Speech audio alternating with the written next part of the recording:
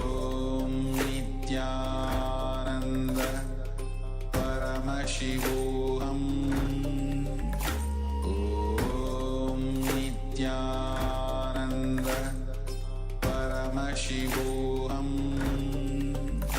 Om Nityananda Paramashivoham Om Nityananda Paramashivoham Om Nityananda Paramashivoham Om Nityananda.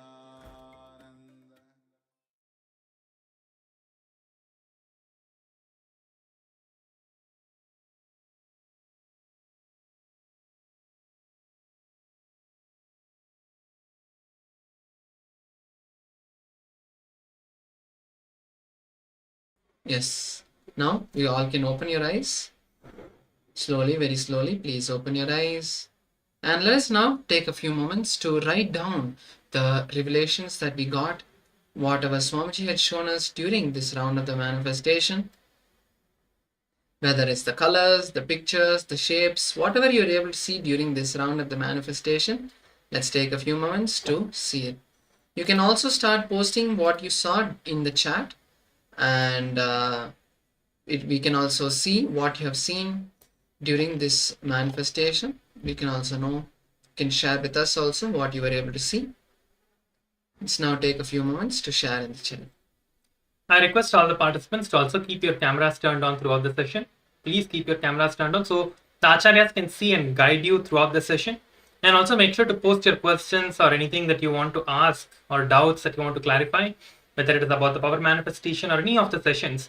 The acharyas will be seeing your questions and responding to you and helping you manifest the powers as well. And now you can post your answers, whatever you have seen through the third eye, whether it is colors, shapes, images. So now we are going to be projecting the image that was there. So this is the color that was projected to you all. This is yellow color. You can see the yellow color with a bit of maroon color background. So this is the image that was projected for everyone to scan through the third eye for the power of the third eye reading. So please post your answers now. How many of you were able to read this? How many of you were able to see this? So the power manifestation need not be that you have to always see the manifestation, that you'll be able to see it exactly like the two eyes. Yes, that is the actual manifestation once it happens 100%. But initially, it need not be like that. So do not think that, okay, I need to see it in a particular way. Do not condition yourself, or do not bind yourself to having this one particular thing. It can be various different ways that it manifests inside you. It might come as a it might come as a color to you. It might come just as a flash inside you, or you might see the words that you see. Whether it is if you're seeing a color, it might be like a feeling inside you that it is yellow color. All of it is Paramashiva manifesting inside you. All of it is Swamiji showing you what it is inside your inner space. So just let that flow happen. Do not judge yourself thinking that, oh, this might be this might be that. Whatever it is, whether it is right or wrong, towards the end, you experiencing the space of oneness is what the power manifestations are supposed to help you with. So power manifestation is the manifestation of your inner powerful cognitions, the powerful cognitions that you manifest throughout all of these jnana segments and all of these internalization exercises, the yoga, the powerful initiations that we are receiving from Swamiji. So do not restrict yourself to seeing in a particular way. Now we are going to be manifesting the next round. So please close your eyes again. You can pick up your eye bands and tie your eyes again. Please make sure to keep your cameras turned on as well. Please cover your eyes with the eye bands. Let us begin the next round of the power manifestation. You can take the next few seconds to close your eyes. Please keep your eyes closed. We are beginning the power manifestation now. Yes, now start visualizing the beautiful form of Swamiji. Let's also chant the Mahavakya, connecting with him. Om Nityananda Paramashivoham. Now the picture is being projected to all of you. You can all start seeing. Please begin. Paramashivoham Om Nityananda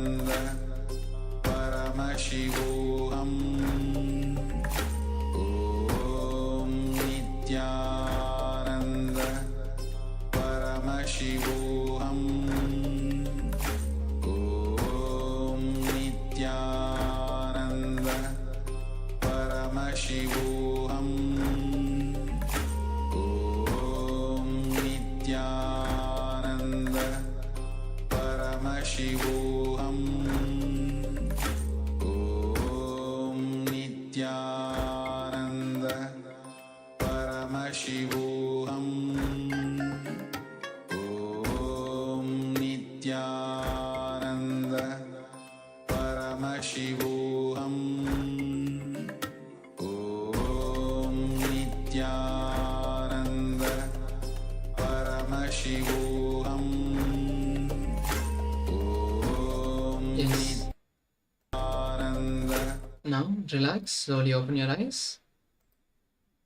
With this, we come to the end of the the round of seeing. The step of seeing the color or the picture with our eyes closed.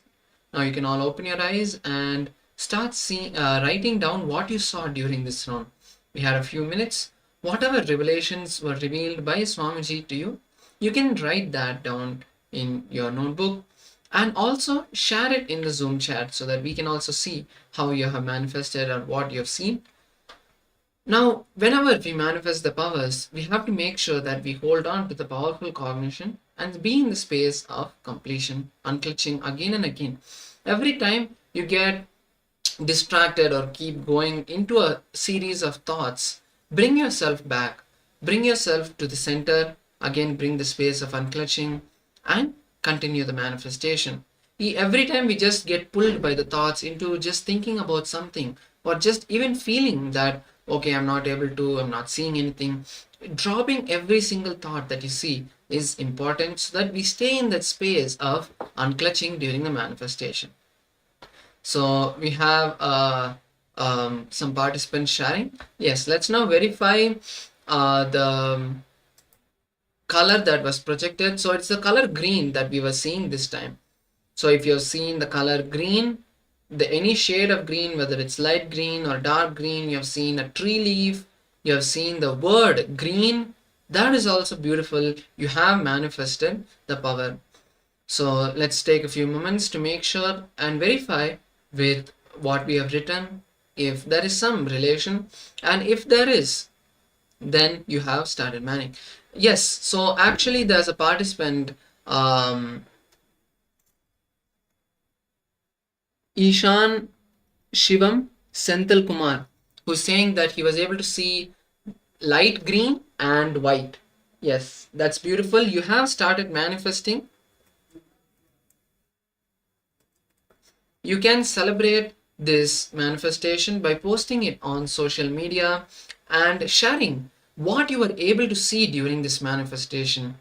What gave you that feeling that yes, it's the color green during the manifestation. So yes, with this we come to the end of this first session of power manifestation. Now we'll be moving into the next session. Today we are going to be focusing on the genesis of our identity. So what is genesis of identity? Genesis of identity is when our identity was created.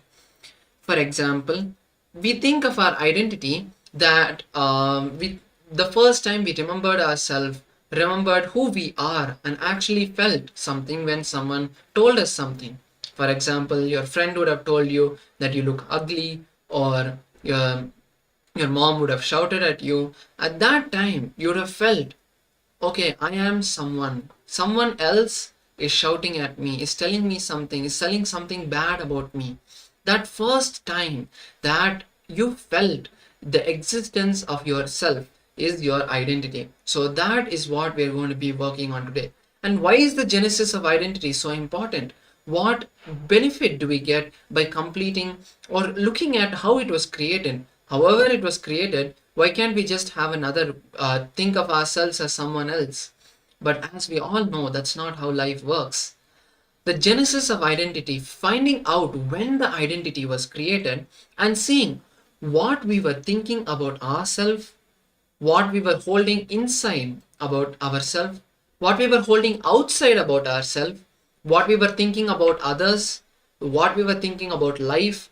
All of this different components matter, because when we decide that, okay, I'm going back to that moment in my life, and deciding to drop it from that identity that I was holding, not from the identity that we hold today, but the identity that we hold that we held about ourselves on that day when it was created, I decide to drop it then and restart, hold a new powerful identity about myself from today onwards.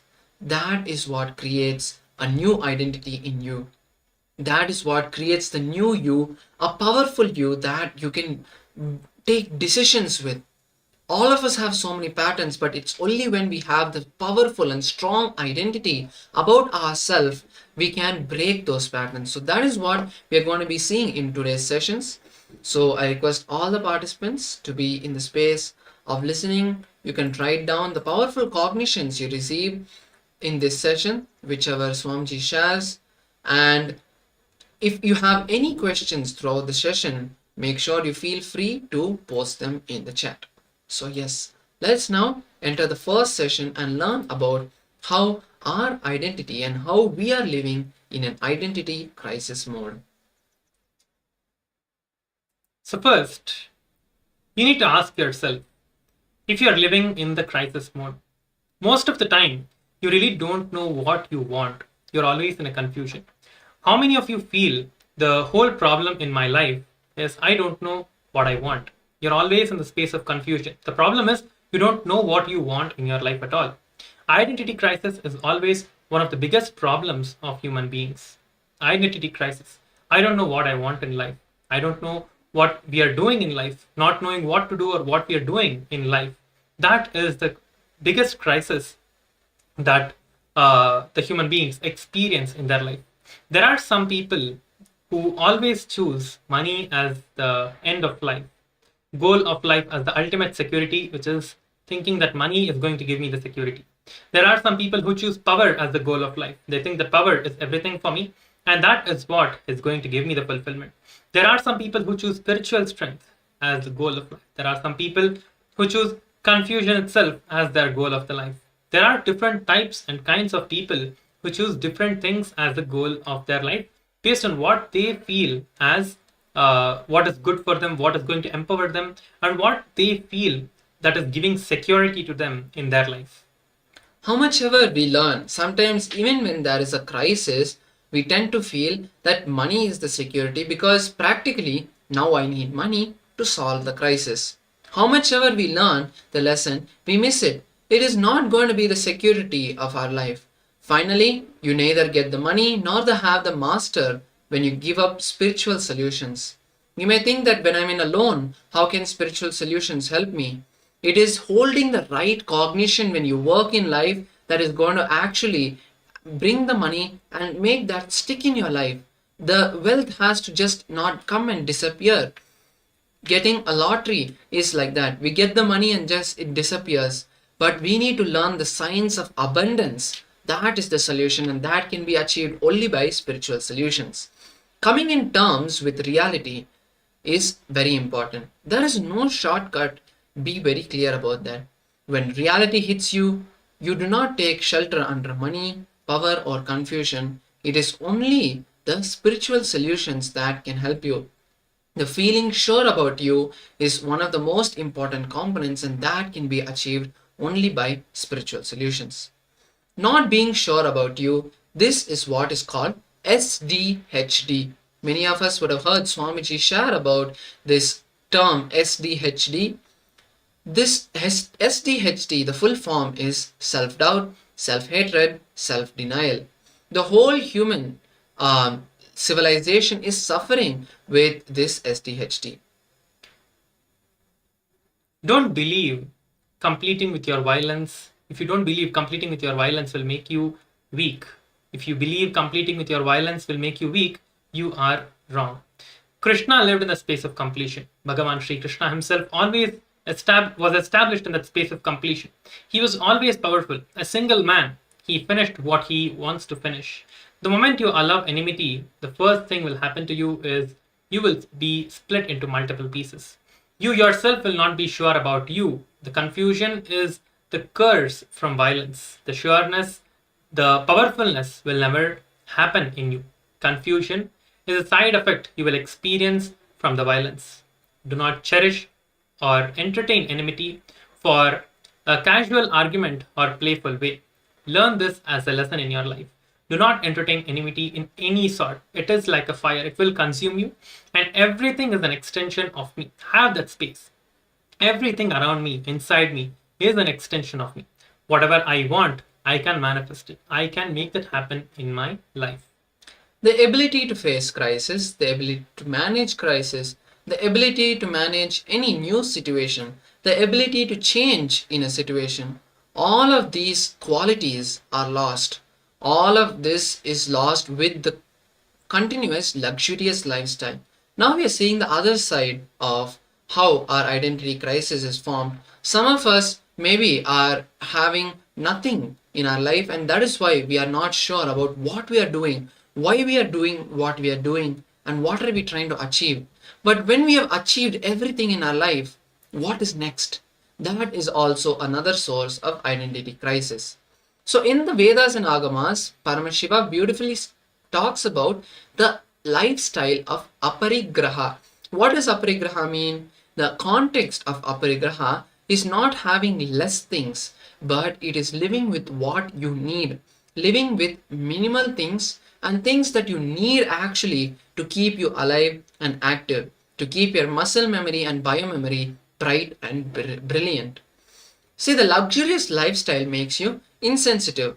Above all, it makes you life negative. Having one car is fine, even having cars for multiple reasons is also fine, but simply having 100 cars is not necessary. It makes you life negative. You want to grab more and more and more. That is the life negativity that starts happening in you.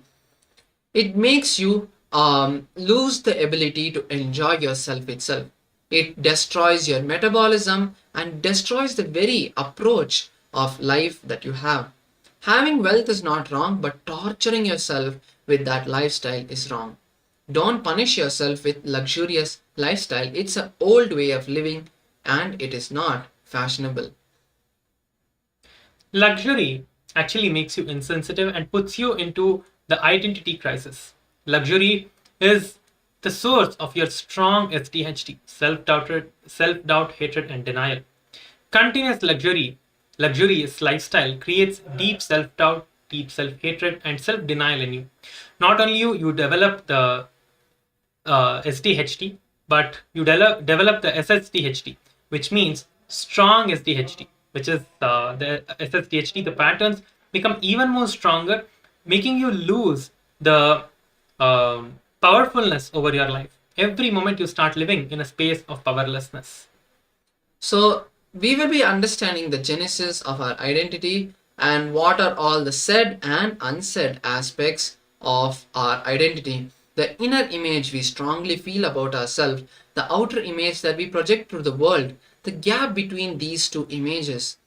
The gap meaning the inside we hold that we are a weak person, but outside we get aggressive and try to show ourselves as a strong person. So this gap is not always bad, but we need to understand when it happens unconsciously, it makes us powerless. If you know consciously how to play with your identity and with the two inner identity and the outer identity, it does not put you in powerlessness and the gap is not wrong. But understand exactly that when our inner identity and outer identity starts building a gap, then what others experience about you and what you feel about life, all of this start creating a big gap, which is the identity crisis. You want to feel about you as loving, caring, trusting, blissful, and a joyful person. But you think everybody as crooked, cunning, cheats, and bunch of thieves. This is also an identity. This is also a crisis that you're going through in your life. You need to know the gap between your inner identity and your outer identity. The gap is neither good nor bad. Same way, the gap between what you want others to feel about you and what you feel about others. This gap is also neither good nor bad. If both these gaps make you powerless, both of them are bad. If they don't make you powerless and you know how to play with that, then it is not bad. Sometimes it is also good. So being clear about that is what gives you the ability, is what gives you the powerfulness over these situations in life. ability to renounce the identity, ability to drop your identity in front of anyone is the quality of a sadhu, is the quality of a sannyasi. The ability to drop the identity is what is Jivan Mukti. The enlightenment itself, the living enlightenment happens when you have the ability, to just drop your identity and live in that space of enlightenment is what is Jivan Mukti. As long as you have a certain identity that you are this, you are that, you will always feel society is adharmic to you. It is a basic secret that you need to understand, that as long as you hold on to that identity, you will constantly feel the powerlessness inside you, and you will not be able to expand in any direction or in any aspect of your life. So now let us watch a beautiful video. Let us receive the direct revelations by the Supreme Pontiff of Hinduism, where Swamiji is explaining the great truths, the deep truths, powerful truths about the identity, and how to come out of these identity crises that we experience in our lives, and how to experience the higher powerful cognitions. Let us now listen to the video. So please sit in a complete space of listening, and let us now listen to these great truths.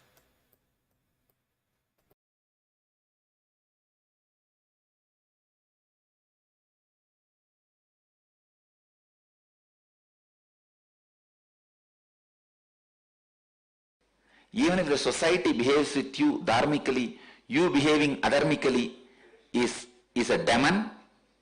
When society behaves you dharmically, you behave dharmically, is a good person. When society behaves you adharmically, you behave dharmically, is Jivan Mukta.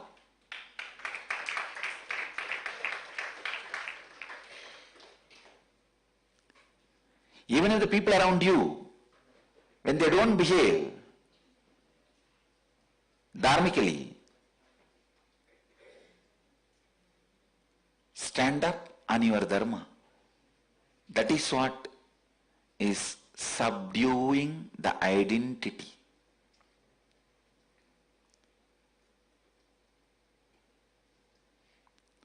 This is the second Guru Vak I am giving you guys. Ability to drop the identity. I tell you, when you are able to drop the identity, all the problems you have will not have a chilli, the anger. Even if you have a problem, both of you will sit together and understand more and more. Every interaction with other person should create more intimacy, more trust on that person over you, more trust for you over that person. If your every interaction with every individual creates only trust on both sides, you are free from identity. I tell you, you are a Jivan Mukta. You are a Jivan Mukta.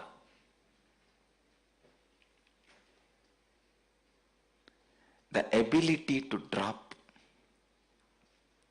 the identity is Jivan Mukti.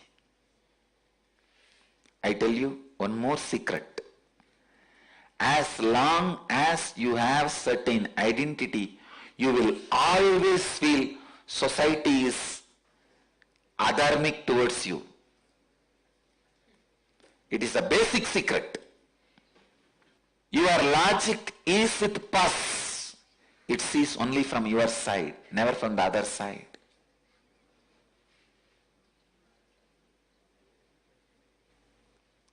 If I judge whatever is done to me by the society is adharmic, my logic becomes logic with pus.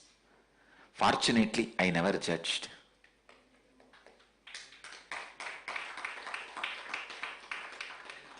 Society is not a group of people. Please understand, society is the other person. It is not collective. Even a single person is society. Whom you hate, whom you think you can't work with, whom you think is worst person you have seen in your life is society for you.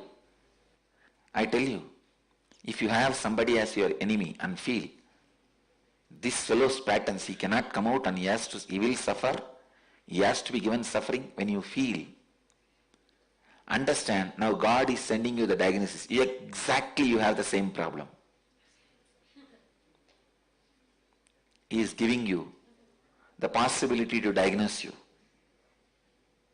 Most fortunate human being is a human being who does not suspect himself, who does not doubt himself, who is able to put completely his faith wholly on himself. You putting your whole faith on you does not happen by you convincing you, but it happens only by you dropping your identity by you. Go round. Whoever you think as your enemy, again and again sit with them and express your opinions towards what you carry towards them, and let them express what they carry towards you. One more funny thing you will realize, whom you think as the important enemy in your life may not be thinking you as the important enemy in his life. I have seen love is always a triangular affair on the planet Earth. Hatred is always quadrangular affair on the planet Earth. Understand? If you are loving somebody, that person is loving somebody else. If you are hating somebody as an enemy, that person is hating somebody else. It is never a straight line. It's a law. One point is loving the other point means, be very clear, the other point is loving the other point, not this point. The other point which he is in love, see, A is in love with B, B will never be in love with A, it will be only in love with C. C may be in love with A.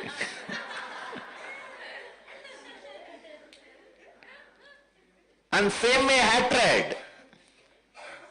A may be having the enmity towards B, B may be having the enmity only with C, never with A. Even if the B wants to have enmity with A, it will have in his heart only C as an enemy. C may be having enmity with A. Please understand, it is a law. You will never have a complete enmity with your direct enemy, who is supposed to be your enemy. So whoever you think as your enemy is not real enemy.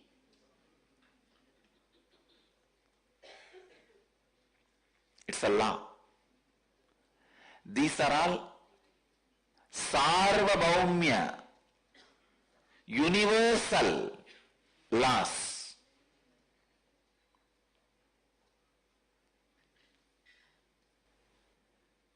I'm giving you an example. One thing you need to be very clear, your logic has no capacity to find your enemy. So whoever you think is your enemy is not your enemy. When you sit with him, open up, you will realize that person is having somebody else as their main enemy. So when he goes and sits with the other person, he will realize he is having somebody else as his main enemy. Love or hatred is triangle.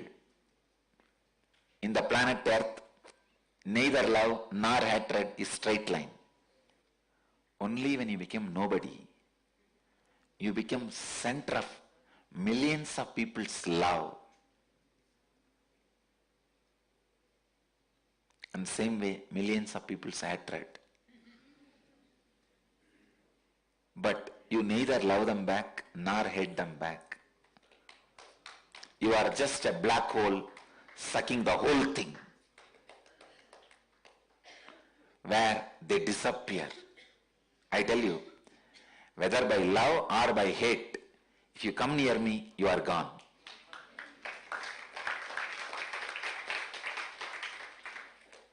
When you disappear into me, by love, it is called enlightenment.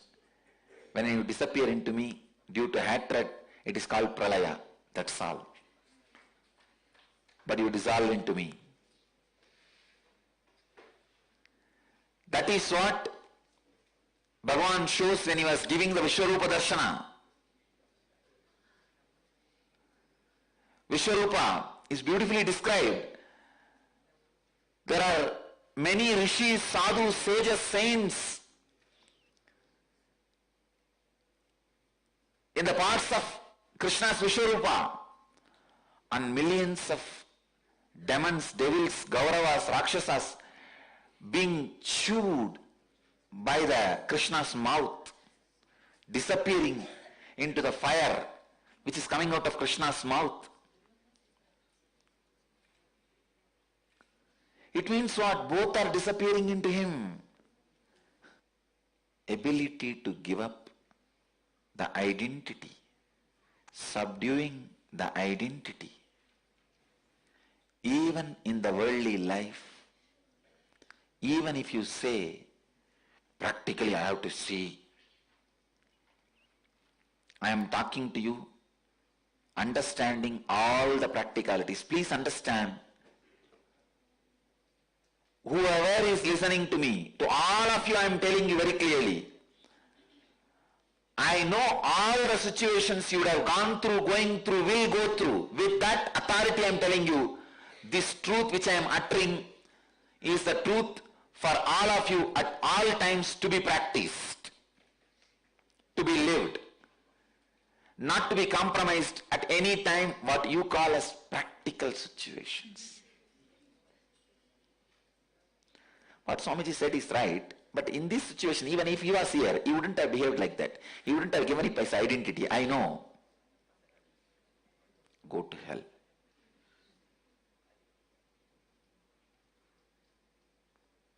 No. I am telling you, in all possible situations, this is the truth. Ability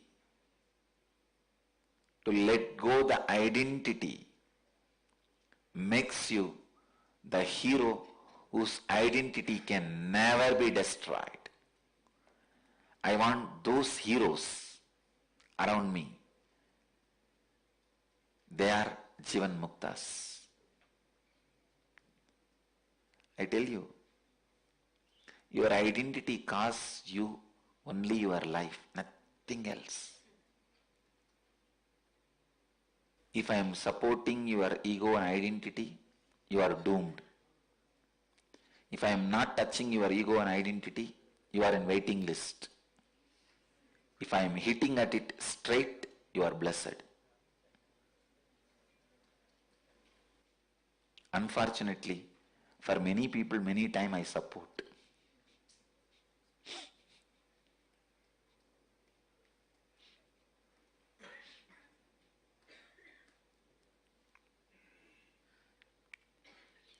It is the identity with which your heart associates yourself. That should become sadhu, chilliless, angerless, violentless. Then you will become the center of creativity. You will express so much of the leadership quality, ability to inspire. Ability to inspire is nothing but ability to inspire yourself. Early morning, 6 o'clock, if you are able to inspire yourself to get you out of your bed and go to Akada and do the yoga, you will have the ability to inspire others. That's all. The ability to inspire can never be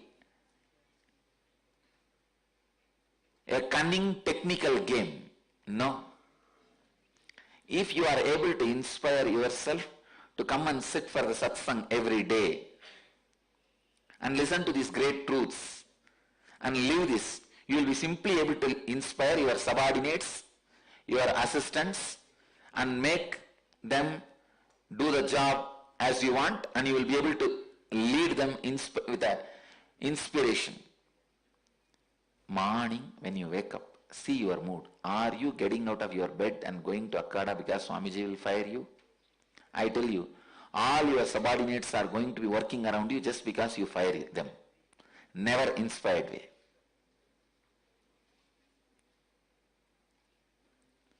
If you don't know the right words to inspire you, you will not know the right words to inspire others. There are many, I don't get their darshan at all in the morning. Understand? If you are able to inspire yourself to drop the identity, you will be able to inspire everyone to drop the identity. I tell you, in the love, you are hitting the wrong wall. In the hatred, you are hitting the wrong wall. In the love, you are in love with somebody and you constantly go towards that person. And suddenly you will realize that person is going towards somebody else.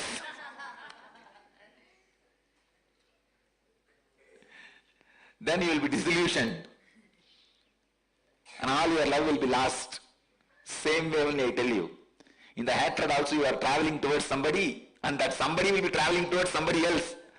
And suddenly you will be disillusioned and you will say, God, I wasted my whole life on the hatred with this fellow. For example, A hates B. B might have done one or two activities against the A, but in B's heart, A is not the enemy. In his heart, enemy is somebody else. C is the enemy. This is the way the whole world goes on. When you love the person and that same person loves you back to the same amount, what happens is enlightenment through tantra, union.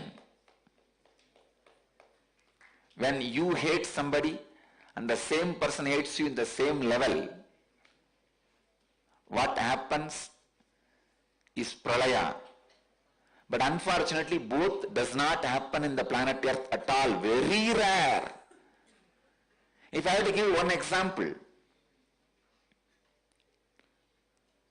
two persons loving each other to the same amount, falling in love with both equally. I can give the example of Shiva and Parvati, Radha and Krishna, Sharada and Ramakrishna. Rarely. That's all. Not even a handful. I don't even have one example of that two person hating each other. At least for love I gave 2-3 examples. For the hatred I don't even have one example. Because Sumba Nisumbas, they were in love with Parvati, but Parvati had enmity towards Sumba Nisumbas.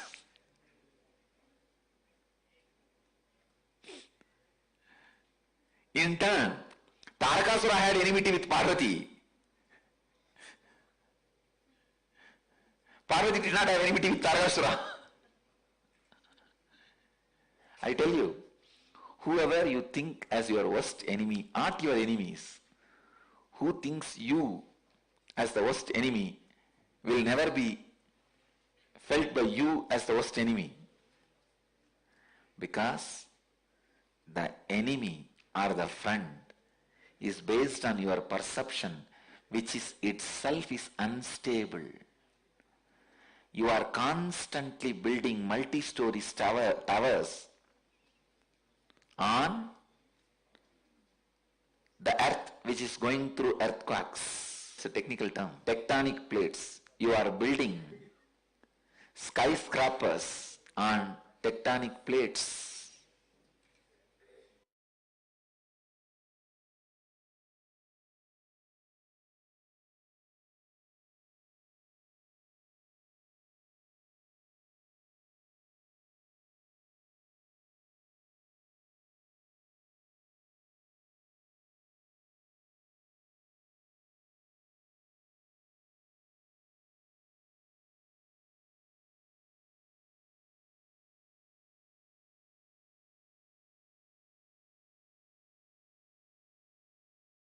Yes, Nityananda. So that was a beautiful satsang where we were listening to Swamiji as he shared about how the anger, and when we have anger on someone, it is never directly towards that person, the identity we hold is never actually what it is. So there is actually a few comments I would like to read. Like for example, so Ishana Shiva is saying that that I project a smart outer identity but lower inner identity. How to change? Yes, that's what we'll be completing in this session. And yes, so now let us move into the internalization exercise to complete with this identity that we are having, this lower identity that we are facing. So what the essence of this session is, what you cognize about yourself matters, not what you feel about yourself. Because what you cognize about yourself constantly burns away, gets destroyed, and absolutely what you feel about you is what it matters. What you think about you is not important, but what you decide to cognize about yourself. Cognizing is different from thinking, as cognitions are your inner belief that you hold, and thinking is just a thought that can get disappeared, can just move on anytime. Conscious decisions are made.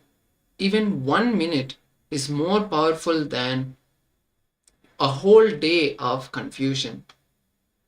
So let's enter the exercise now. So the exercise is pen down what you cognize as yourself, not what you feel. As we said, the belief, the inner beliefs of yourself, the inner belief of what you are, of who you are. Maybe upset, maybe you're angry, whatever emotions is there. In this exercise, we are going to open up and pen down what we think about ourselves and what is the reason you think that you feel about yourself. For example, you feel that I'm not straightforward and I don't know how to contribute. Write down why you feel that way. Or if you write down I'm not capable of responsibility, write that down.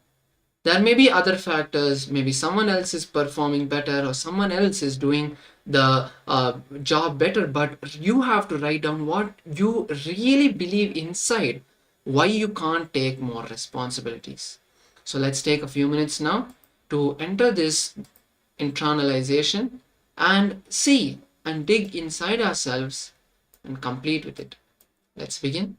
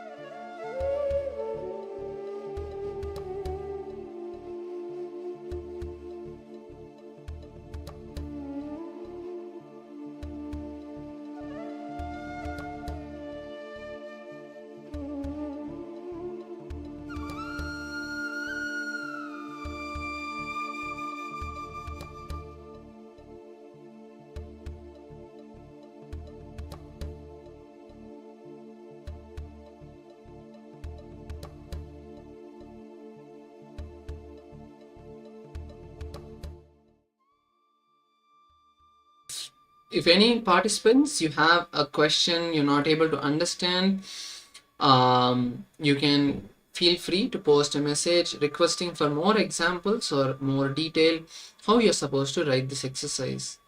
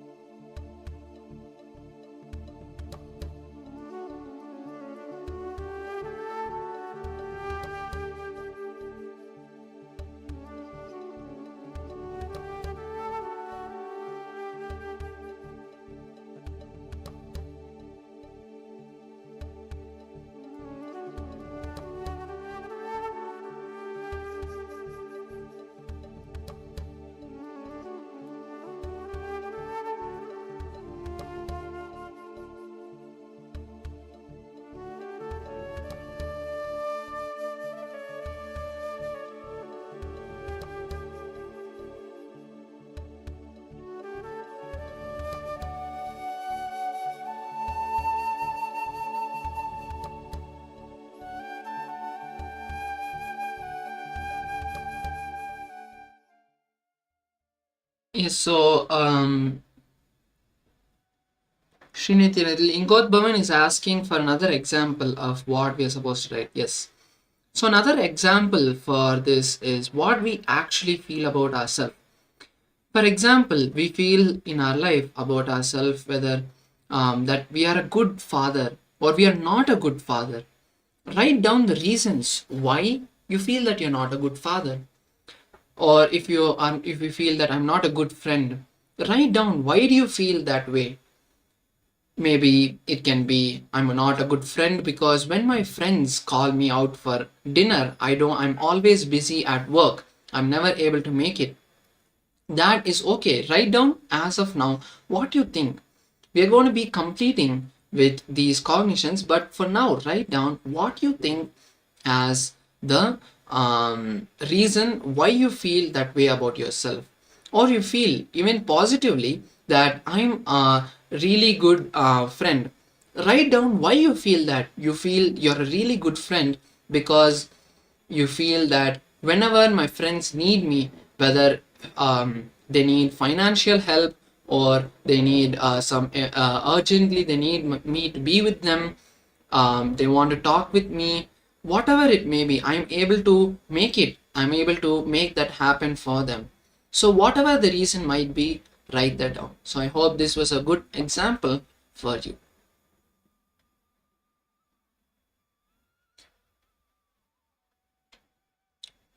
See, there's a participant, Senthil Kumar is asking that I'm not improving for English language speaking. This is what the example actually what you think about yourself is I don't know or I am not putting enough interest in learning English. So why am I not putting? Maybe the answer is I'm feeling lazy.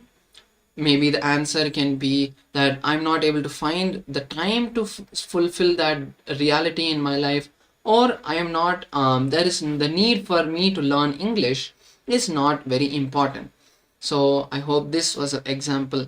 So the thing is that it's not that you are not improving for English language to talk in English, but the thing is for you to the thing is for you to take that responsibility to learn the language. So you can try the thing that I don't put enough interest or I don't put enough effort in learning English.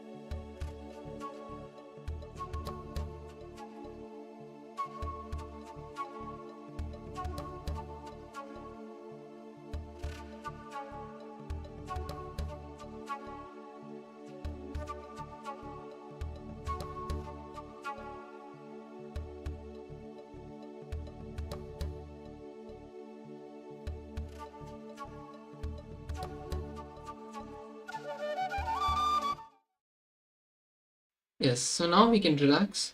Now whatever we have written, let's just keep it with us for now.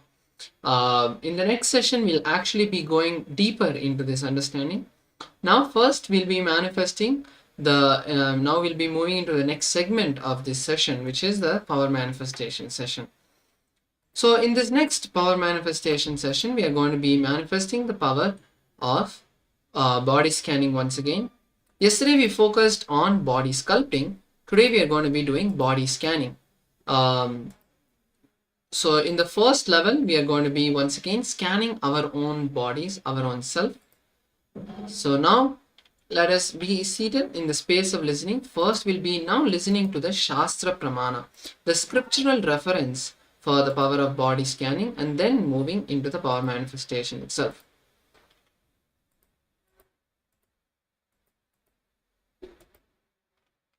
So the Shastra Pramana for the power of body scanning is from the 25th Dharana, 25th Dharana Sutra 45 from the Vijnana Bhairava Tantra once again, where Paramashiva reveals the science of body scanning. I'll be chanting that Pramana now for all of you. Dehantare tvati bhagam viti bhutam vichintayet na kinchidantare tasya dhyayan adyeya bhagam bhavet. The translation goes as, by visualizing your body is enclosed, supported by your skin surface, and there is nothing existing inside your skin. It's empty. By such restful awareness and cognizing the cognition, the one attains the knower of the whole bodily substance, who is the source essence, Paramashiva, who cannot be known. So the Atma Pramana for this power, the scriptural history where this power happened before. So the daughter of a merchant named Shivaneshan Chettiar, he had a daughter called Poompave. So Poompave means the one who looks like a flower. So she died when she was bitten by a snake. And then Tirunjana Sambandar, a very famous saint, a child prodigy, he had come to the place of where this incident had happened. He had come to Tiruvattriyur and on his pilgrimage, and he was invited into the Kapalishwara temple, the temple which is there in that city, with a spectacular welcome. He was brought into the temple and all the rites and rituals were done to him. Then at that time, Shivanesha Chettiar, the father of the girl, goes to Jnana Sambandar and asks him, please give back the life, bring back my daughter. And Jnana Sambandar sees why the daughter was, how she had lost her life, and finds out that it was because of a snake bite. Then he prays to Paramashiva and he brings back Poompave. She was, all the last rites had been completed for her and all the ashes were collected in a pot. Jnana Sambandar, with the power of Paramashiva, had brought back Poompave from those ashes itself. And it was a miracle that happened, and it was only because of the grace of Paramashiva. So Swamiji shares his Atma Pramana for this. So Swamiji says, only when I had a hand fracture, as all of us should know that the scar on Swamiji's right hand forearm has a scar. Even we can all see, actually, even in this picture which I'm going to be projecting for all of you, you can all see closely in Swamiji's right hand forearm there is a scar. So Swamiji is talking about the fracture that happened to him in 2012 when this incident had happened. Swamiji says, only when I had a hand fracture, I went for surgery and went for checkup. Due to the poisoning, they had detected heavy metal quantities in different organs. I used most of the diagnostic center than the medical facilities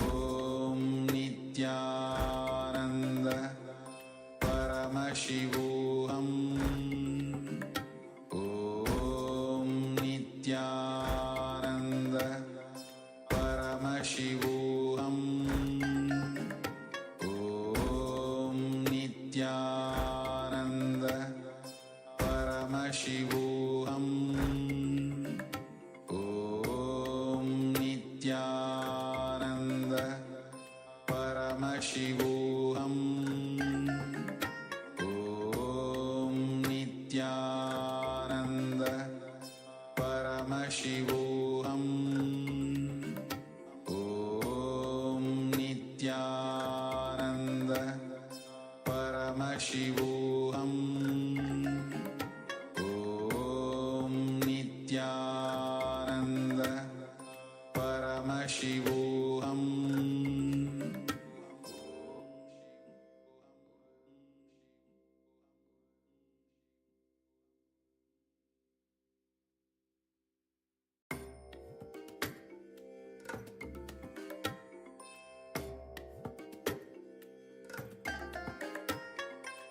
I bless you all. Let you all open all your three eyes and manifest the powers of Mahasadashiva. Om Nityananda Paramashivoham.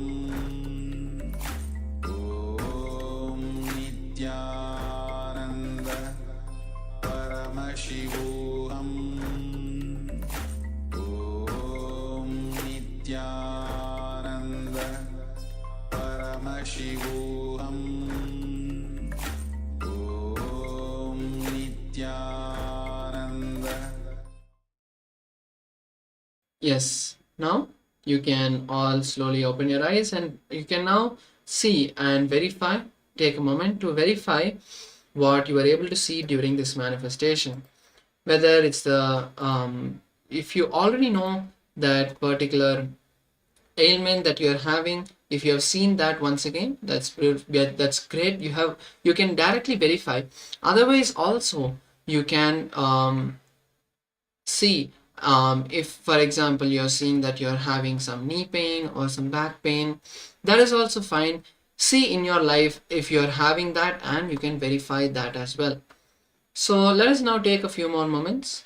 You can also share or ask any questions you have had till now that you have had in this session. So actually in this, that's actually a question. I have a participant is asking, I have lacked the sense of responsibility since childhood. How can I change this? The thing is, responsibility is a decision that we are deciding to make this happen. Start working towards that. That itself builds responsibility. Even taking responsibility for small things in our life, the attitude that we hold with, whether it's drinking a cup of coffee and keeping it, ability to wash that immediately, or even if it's so big as a family decision that needs to be taken, that everything is the same.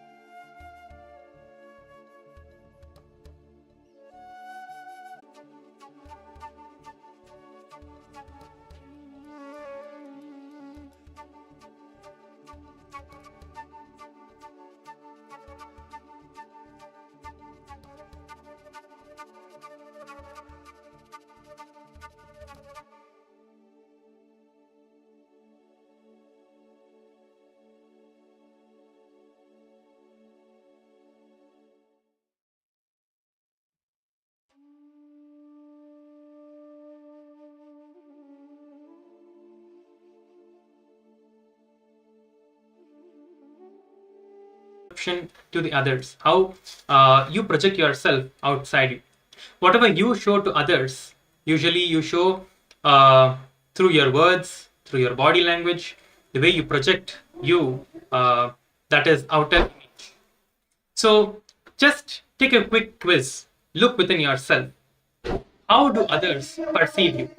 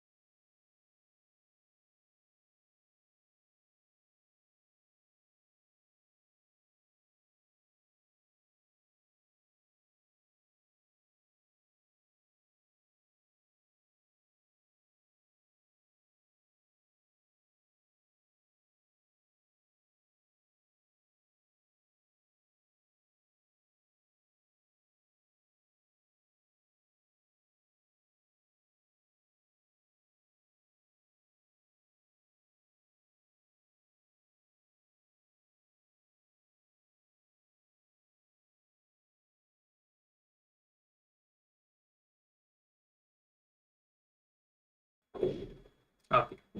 So now let us enter into the next image, which is the others image. So what is the others image?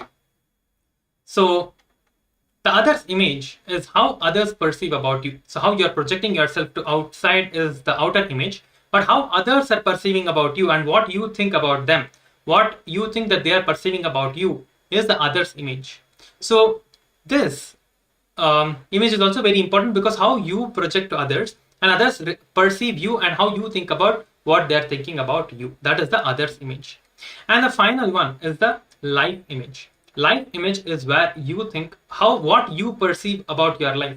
It is the totality of your life. You feel whether the life is cruel or life is blessing, or you might feel this is how life is and nothing can be changed, and different cognitions that you carry about life. These are the 4 different images that make up the entirety of your life. Every situation of your life, every moment of your life, you are run by these 4 images, these 4 fundamental images that you carry in your life. And these are the 4 images that are actually running your life. So if you actually see in your life how you are projecting to others, which is the outer image, or how you perceive yourself inside you, your inner image, all of this will not be alignment with each other. There will always be a lot of inauthenticity in all of these 4 images. So that is what we are going to be looking at and addressing, and healing these 4 images will give you the completion in your life. So let us now receive the direct revelations by Swamiji about these 4 identities.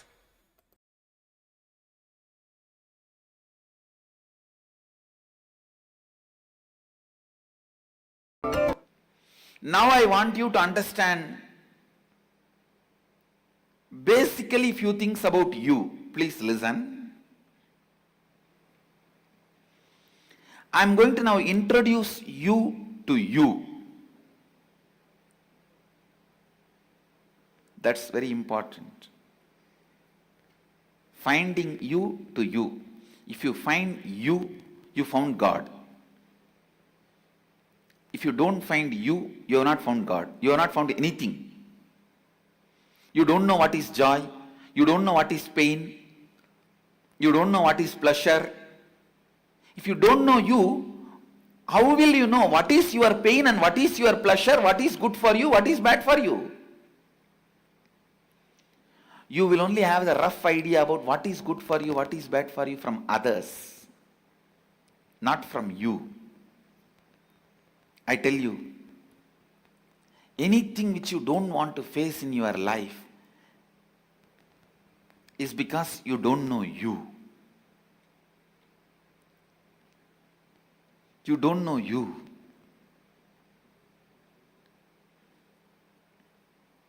I'm introducing you to you.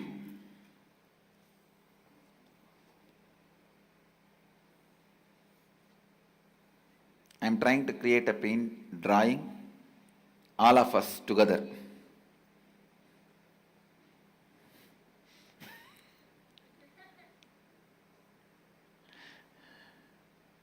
Listen, whatever you think about you inside you, whatever you believe strongly as you inside you, is inner image.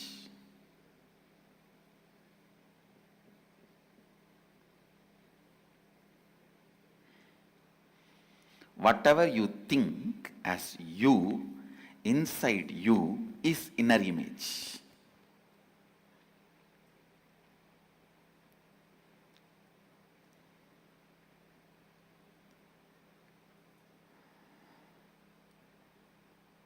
If you see sometime, you will feel you will be always successful in everything.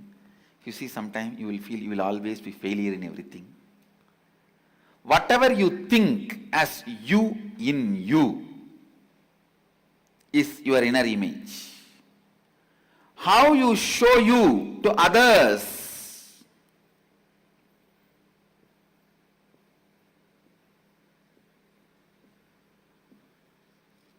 how you show yourself to others, that is outer image.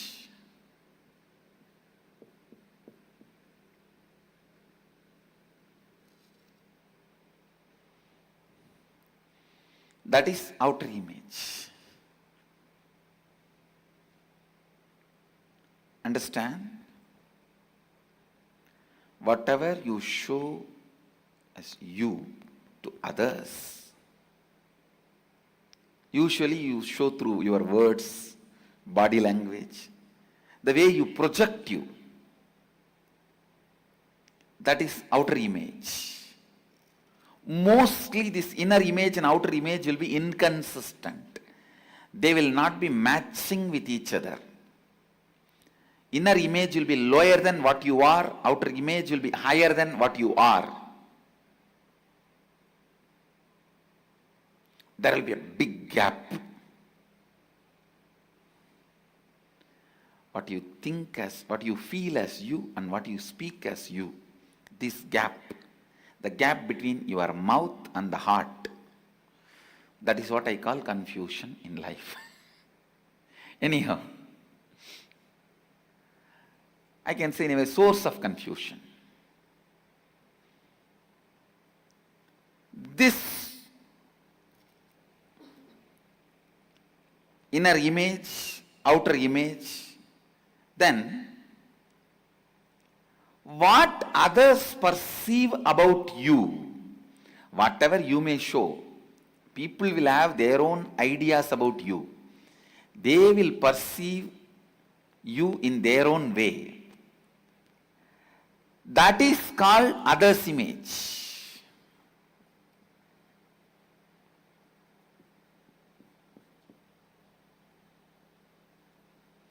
That is called others' image. Inner image, outer image, others' image.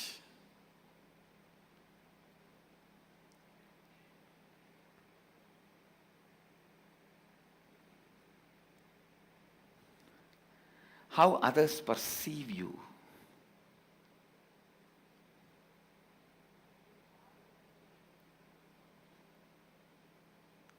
And please listen, when you want all the benefits from others and society, you are bound to take responsibility for how others perceive you. You can't say, how others perceive me, I am not responsible for that. No. You can't say that. You are responsible for how others perceive you. You are responsible for how others perceive you.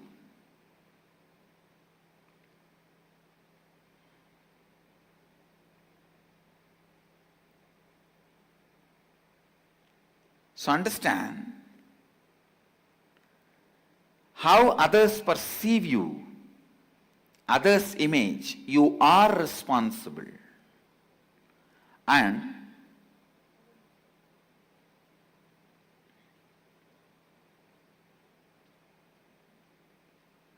how you perceive the world and life, what you have in your head about life. You may think life is exploiting, all the 4-letter words you may have about life and others. That is called life image. Understand, if you have a wrong life image, even if you are living in a palace with all the pleasures of life, best things life and others can give you, you will still continue to be in a deeply deprived space and state, because able to have a right life image and trust others is one of the luxury you can have in life. Being careful is different. Constantly being frightened is different. Being careful is different. Constantly being frightened is different. I'll give you experiential explanation about these 4 words: inner image, outer image, others image and life image. from my own experience. Listen. When I look inside me, my inner image, I see a vast, powerful space of Purnatva, complete completion, or Sunyatva, emptiness, living emptiness. You can call that as a soul, God, energy, Mahadeva, whatever. A complete space. That's the exact inner image I am carrying. Outer image. Listen. Outer image. How I project myself. I am projecting myself as a being to transmit that experience to all of you. You can call us an enlightened master or a teacher or an incarnation, whatever way you want. You can give any title. I am a being to transmit that experience. That's my outer image. Declared outer image. Others' image. Listen, others' image. I may declare that I am here to transmit this enlightenment experience to you, but people expect that I should heal their physical pain, mental pain. I should bless them for wealth. I should bless them for a healing relationship, peace, bliss, contentment, completion.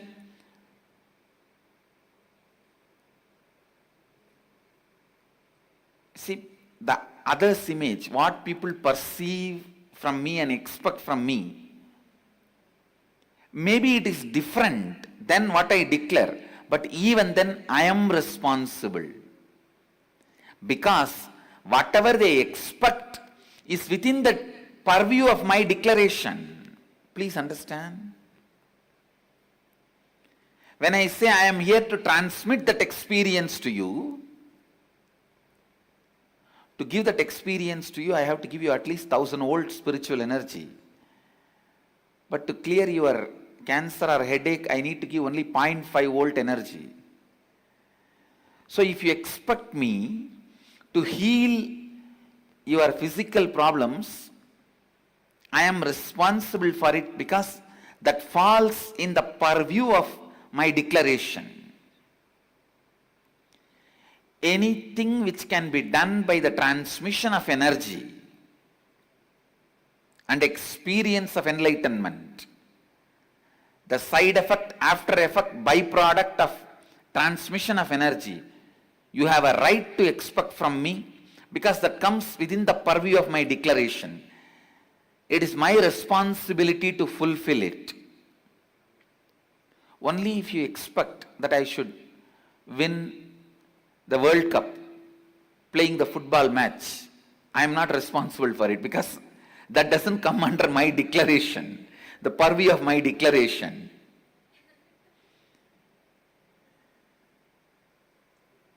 But anything you expect in the line of physical health, mental health, complete relationships, wealth, fulfillment, completion, enlightenment, I am responsible for it. Either I have to give you that. If you are not ready to receive, I have to prepare you and give you that.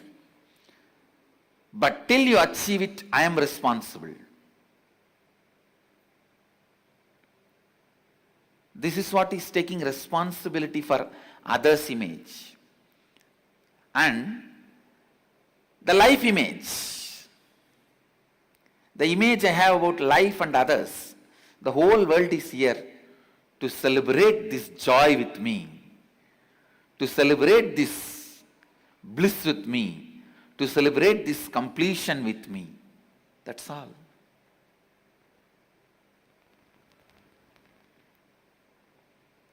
So understand,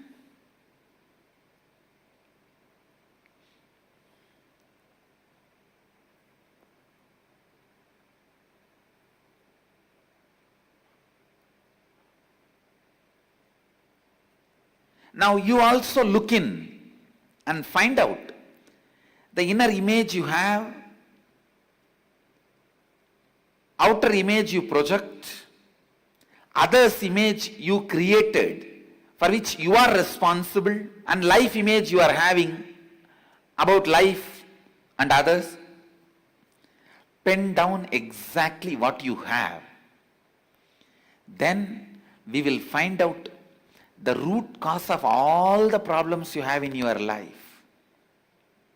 Then we will build the right inner image, outer image, life image, others image. Come on.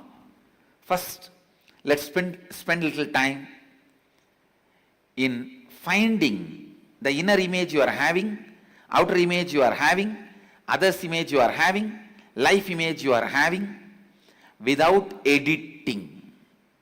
Please start penning down. Please distribute the assignment sheet of genesis of your identity.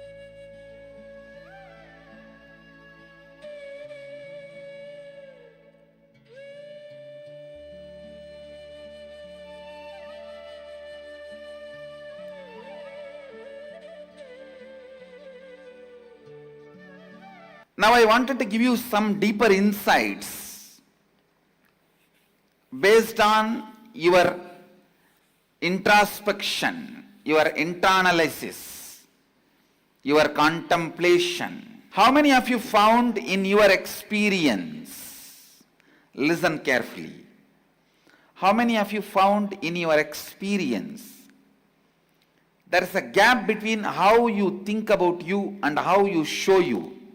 Means gap between inner image and outer image.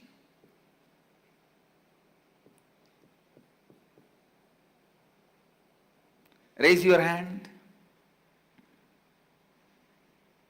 If there is a gap between inner image and outer image, how you think of you and how you project you to others, in this gap, self-doubt starts.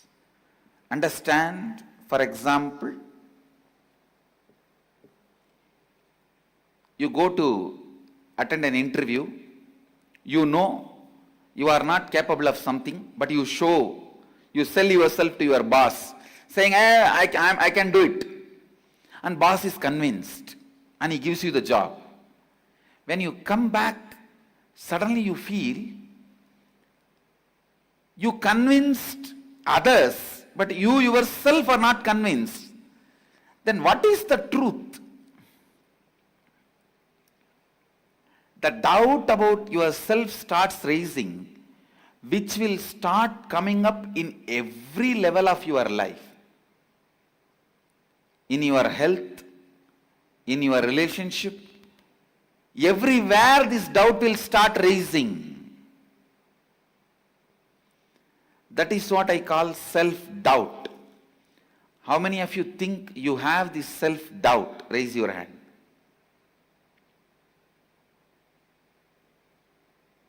We will have to now find that and complete. Second,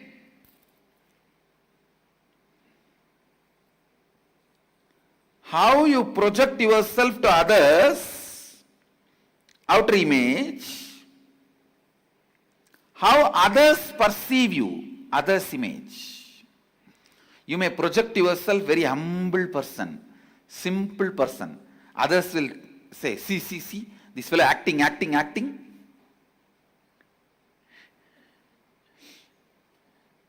You may project as a humble, simple person. Others will say, see, this fellow, how he is acting. How many of you have experienced this? Raise your hand. You may project yourself in one way, others completely perceive in a different way. Raise your hand. Let me see the gap between outer image and others' image. Listen. When others perceive you in a different way, you naturally start feeling you are not enough unto yourself. You will start feeling, I am not enough. That is the source of all the self-hatred. Please understand, self-hatred. When you project yourself in some way, but others perceive in some other way, when you become powerless about it, and you feel you start hating yourself. I am not enough, I am not sufficient. Others are not believing how I am projecting me. That is self-hatred. Next, listen. Next, how many of you feel that you have this self-hatred? Raise your hand. You feel you are not enough. Raise your hand. Let me see. Yes. That is self-hatred. We need to find out this, source of this, and complete with it. Third, this is the very important thing. Others' image, how others expect you. Life image, how you expect others. See the fun. Everyone around you will be telling you should understand people more, you should be more listening, you should have more understanding. But you will strongly believe everyone around me are incomplete, they should understand me more. You will believe everyone around you are incomplete and they don't understand anything, they should understand you and transform themselves. But they will all believe you are incomplete, you should understand them more and transform. How many of you have this tug of war? Raise your hand. This is what I call self-denial. Whatever is denying it, constant denial, the gap between what you think about others and what others think about you, this gap makes you start denying everything.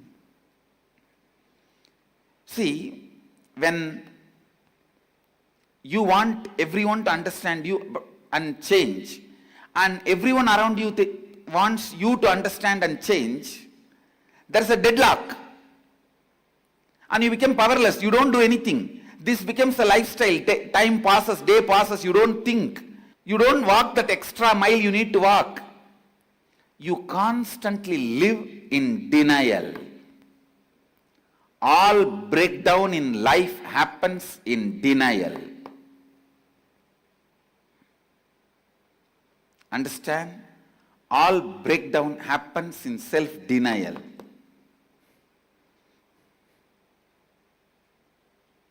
How many of you think you have self-denial? Now it is time. You sit and pen down all the self-doubt you have, self-hatred you have, self-denial you have. SDHD. Like ADHD for kids, SDHD for grown-up kids. SDHD patterns. I wanted all of you to spend little time now and understand the self-doubts you have and the incidents when it started in you. Self-hatred you have and incidents when it started in you. Self-denial patterns you have and incidents when it started in you. Start.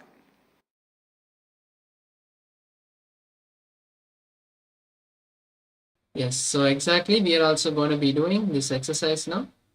So all of you can now be in the space of listening.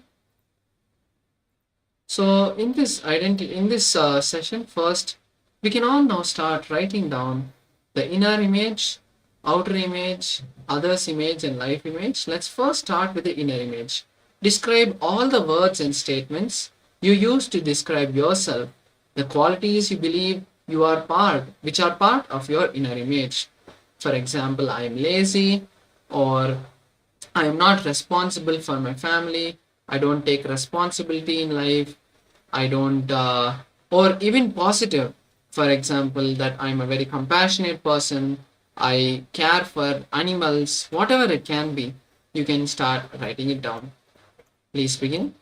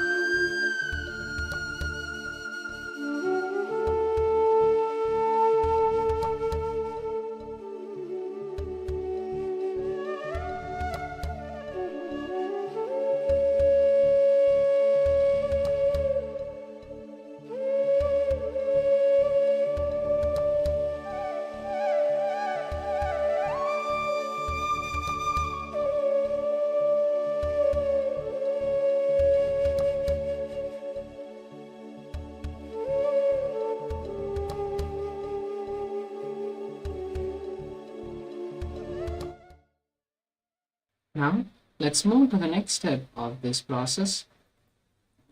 Now, in the next step, we are going to be writing the outer image.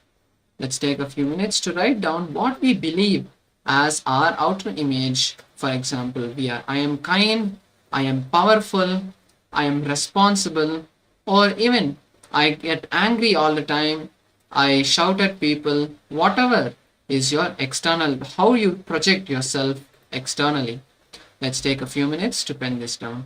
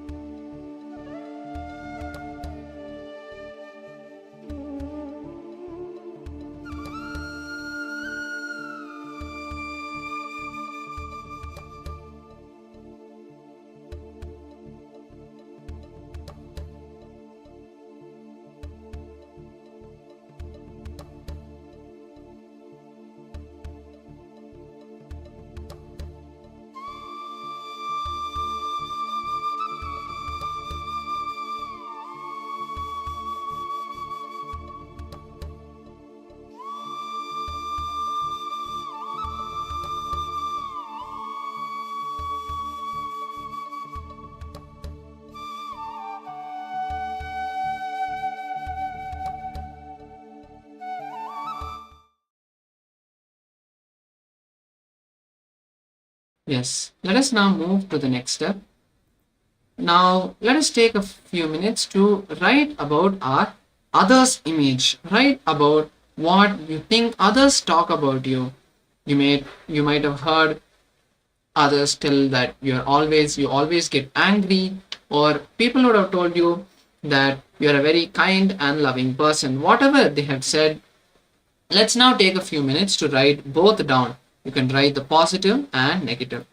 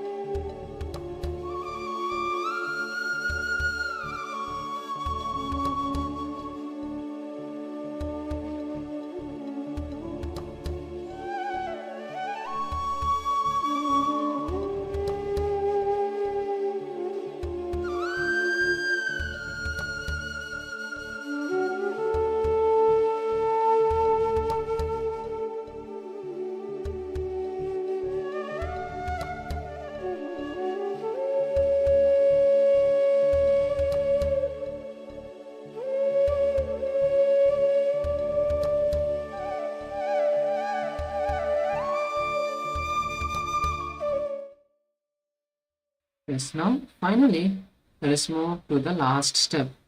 Let's write down all the inner image, outer image. Sorry, let's write down all the understandings we feel for the life image. Whatever we think about the life, whether the whether we think life is good, whether we think life is the best place for us to move to the next level of consciousness, or we feel that life is always cruel to us, life takes away everything that we have. Let's take a few minutes to write down. There's a question: money is not earning for others, for outer image. How to write it for inner image? See, earning money is not either the inner image or outer image, but the idea, the concept that you hold that yes, I can earn money, I am very good with handling money. These are inner image. Externally, you can say I spend money for the right reasons, for the right people, or you can write down no, I don't spend money for the right reasons. I spend too much money. You can write that as the external image. Yes, now let's start writing down the life image.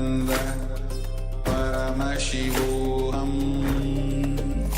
Om Nityananda Paramashivoham Om Nityananda Paramashivoham Om Nityananda Paramashivoham Om Nityananda Paramashivoham Om Nityananda Paramashivoham Om Nityananda Paramashivoham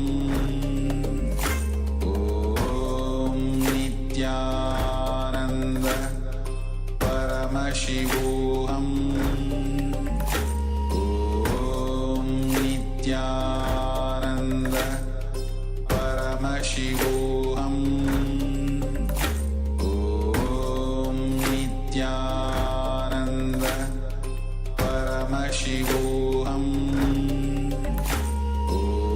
Om Nityananda Paramashivoham Om Nityananda Paramashivoham Om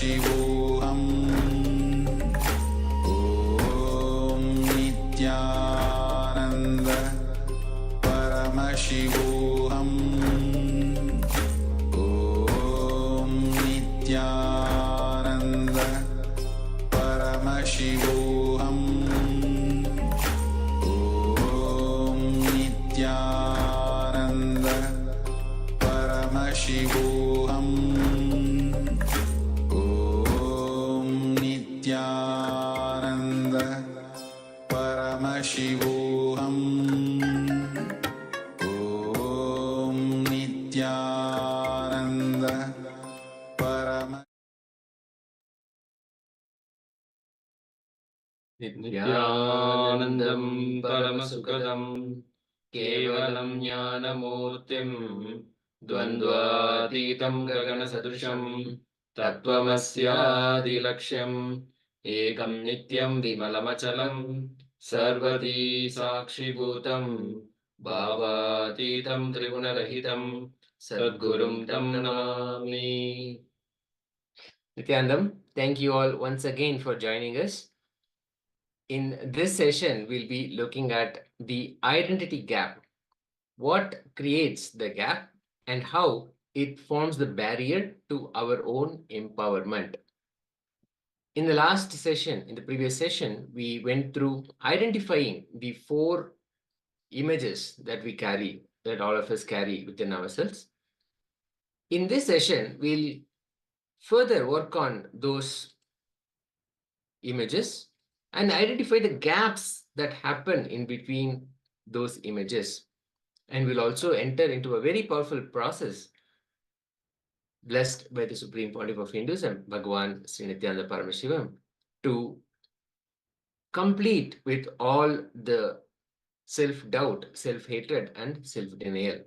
But first, let's understand what causes these incompletions, the self-doubt, the self-hatred, and self-denial to happen. The gap between the inner image and the outer image is the root, is the source of self-doubt. The gap between your outer image and others' image is self-hatred.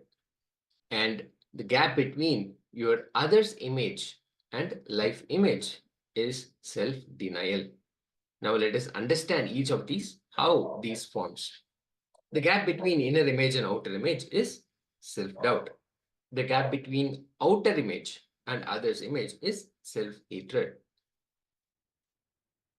The inner image you carry about yourself and the outer image that you project to others, there will always be a constant gap between those two. You may feel that you're not confident within yourself, but on the outside, you'll always be projecting as if you're a very confident person. This gap always creates that doubt about yourself, even in situations where you can be confident about yourself, where you can actually excel in those situations. This self-doubt will always be dragging you behind. The gap between outer image, the image that you project to others, and others' image, how others see you, is self-hatred.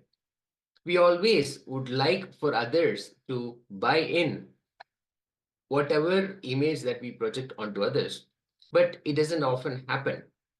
Whatever we project as our image is not the same way how others see us.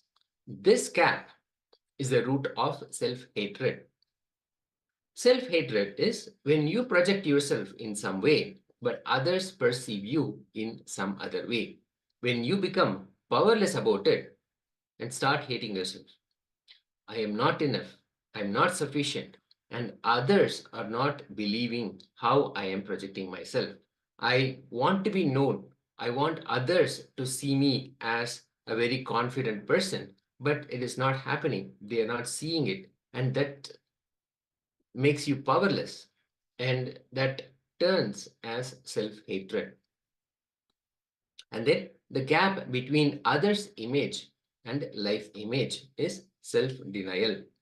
How others see you. They may have some expectations of you. Others may be thinking you will be very successful, or you will become a doctor, or you will become something about you. They may have some expectations, or you will really excel in something. But you may have a certain life image. You may feel that life will never support me, or life will always make me fail, or life is partial and I'm always at the receiving end or the short end of the stick. If you feel this about life and others simply are expecting you to excel, there is a gap. That becomes self-denial. What happens there is you simply withdraw from getting involved in life. Now let us look at few examples of these incompletions. Incompletions happen in the form of these patterns: self-doubt, self-hatred, and self-denial. Let's say you're sick and you want to get well. You want to come out of that sickness. If you think, will I get well? Will this happen to me? That is self-doubt. I think I'm not worthy of getting healthy. Whatever I have done, that is why I'm going through all this, is self-hatred. I will not get well, I know this for sure, is self-denial. This is exactly the game that you will be playing. So let us now understand the previous session and right now, what did you discover about you? What you want to project? Is it how you project yourself to others? Now let us enter into internalizing these truths. Let's first understand, what are the things that you actually have discovered about you when you started writing down? What did you discover about you when you looked at how you feel about yourself on the inside, your inner image, and how you try to project yourself outside, how you want others to see you as, and then actually how others perceive you, how others see you.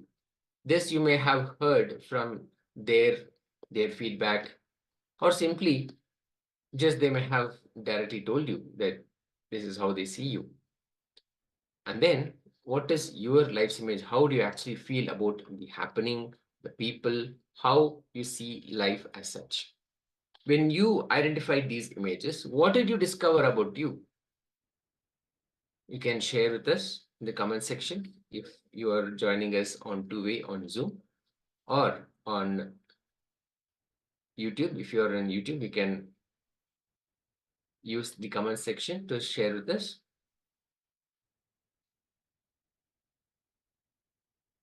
And now let's analyze this question. What you want to project to others, is it really how you project yourself to others. There is something as how you want to project, and then there is something how you actually project yourself. Is that the same? Let us take a few moments and understand.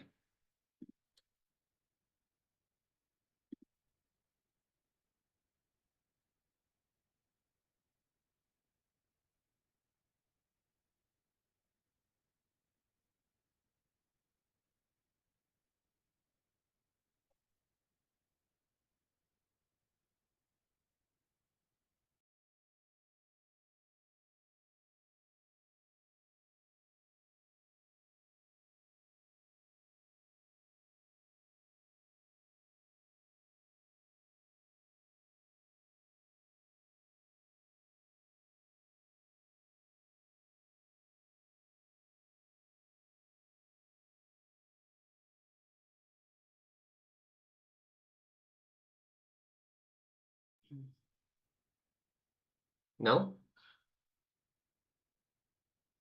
if you see the chart here, which was actually done directly by the Supreme Pontiff of Hinduism, Bhagavan Sri Paramashivoham, if you are able to identify what the gap is between your inner image and outer image, in the same way, outer image and others' image, and others' image and life image.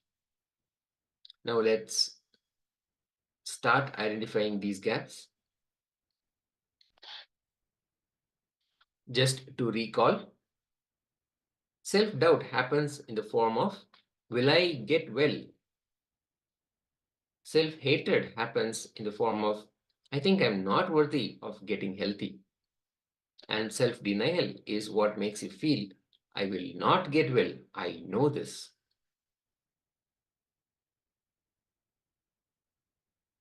So let us now identify these gaps. Let us pick out all the self-doubts you have about you. Whenever you doubt that something will actually happen to you, or something you will actually be able to do, all those instances, first list all the self-doubts.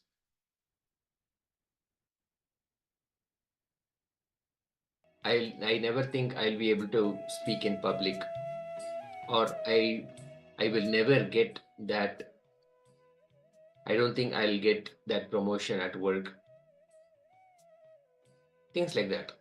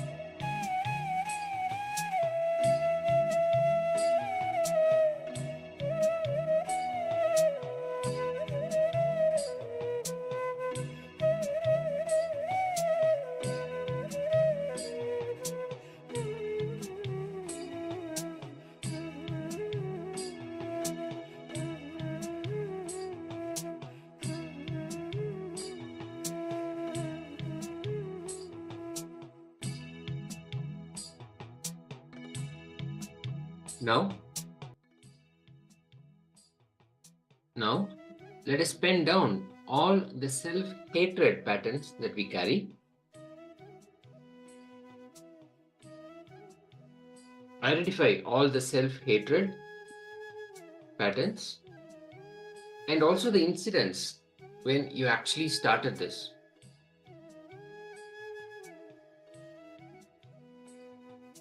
Self-hatred happens in the form of, I'm not worthy of getting healthy. The gap between your outer image and others' image.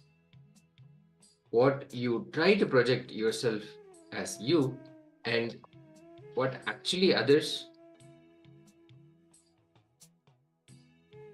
see of you.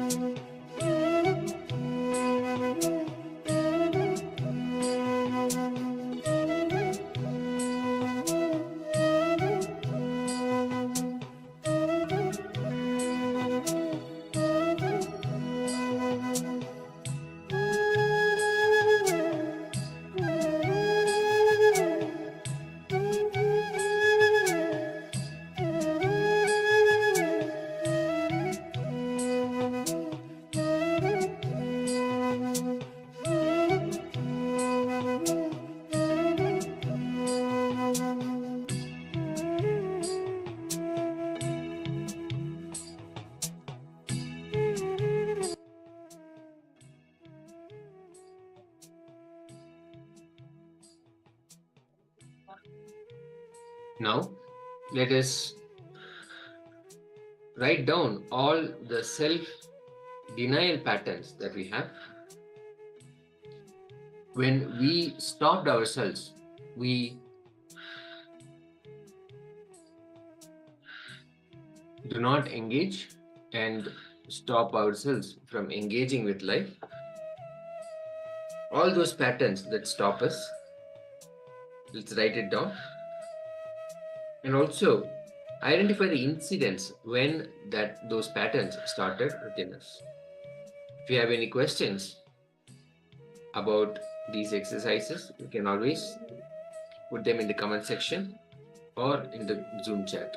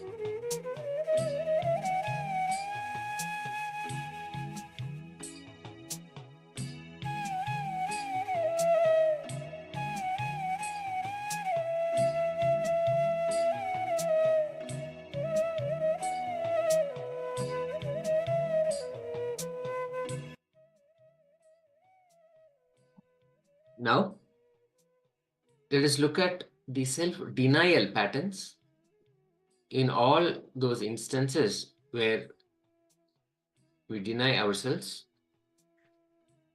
from life.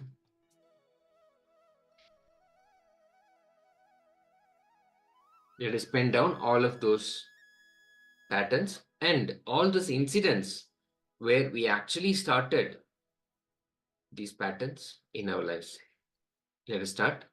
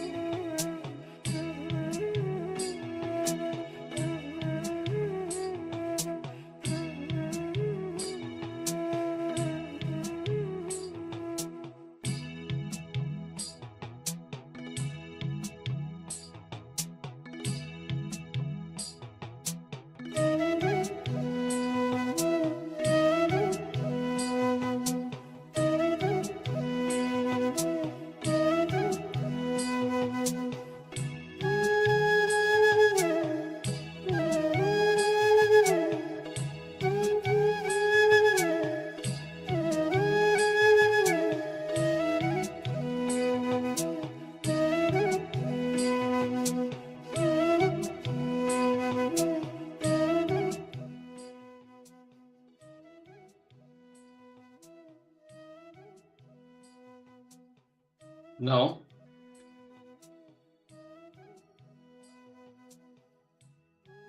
let's enter into the power manifestation. Today we are going to manifest the power of body scanning. The power of body scanning forms the fundamental principles of biology.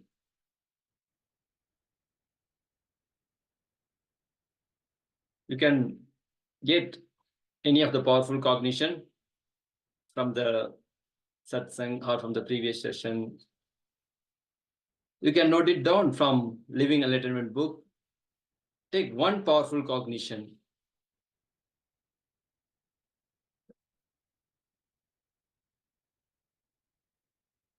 Now let's go through the guidelines of the power manifestation. Please connect with a volunteer. If your volunteer is nearby, you can take their help, or you can call them, tell them to come on video call or two-way video conferencing. You can connect with any of your volunteer, and you can record this whole power manifestation and visualize Bhagavan Nityananda Paramashivoham in your third eye. Keep chanting the Mahavakya. Then scan for the blood pressure of the volunteer. While chanting the Mahavakya, and visualize Bhagavan Nityananda Paramashivoham in your third eye. Bring your awareness in between the eyebrows and pen down what was revealed to you. Finally, you can verify the power manifestation with your volunteer. You can tell what was revealed to you from your third eye. Now, please connect with your volunteer. Let's start the power manifestation. Please sit straight with your head, neck, and spine straight. Keep chanting the Mahavakya. Om Nityananda Paramashivoham. Om Nityananda Paramashivoham. Keep chanting the Mahavakya and scan for the blood pressure of the volunteer. Finally, you can pin down what was revealed to you. Now let's start.